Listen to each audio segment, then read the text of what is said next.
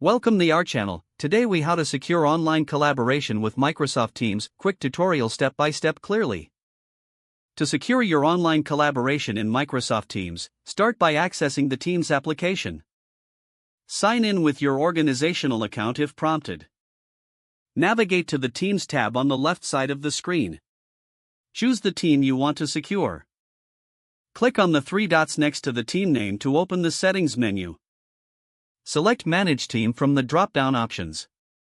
Within the settings, go to the Settings tab. Look for the Guest Permissions section to control what guests can do in your team. Set permissions according to your security needs. Next, click on the Members tab to manage team members and roles. Consider assigning roles carefully, as owners have more permissions than members.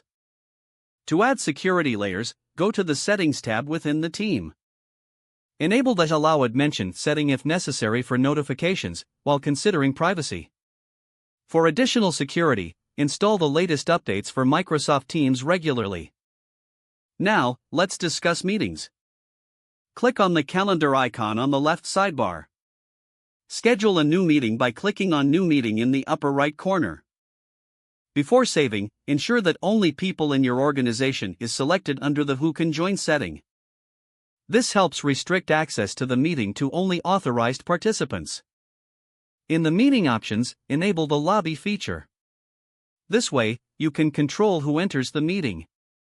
Once your meeting is set, share the link securely through your organization's communication channels.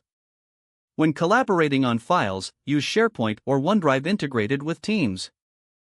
Ensure that file sharing permissions are set to specific people when sharing documents outside the organization.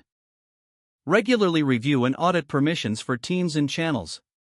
This will help you to identify any unauthorized access. Encourage team members to use strong, unique passwords for their accounts. Lastly, remind everyone about the importance of enabling multi-factor authentication for added security. Don't forget to like this video and subscribe to our channel for more step-by-step tech guides.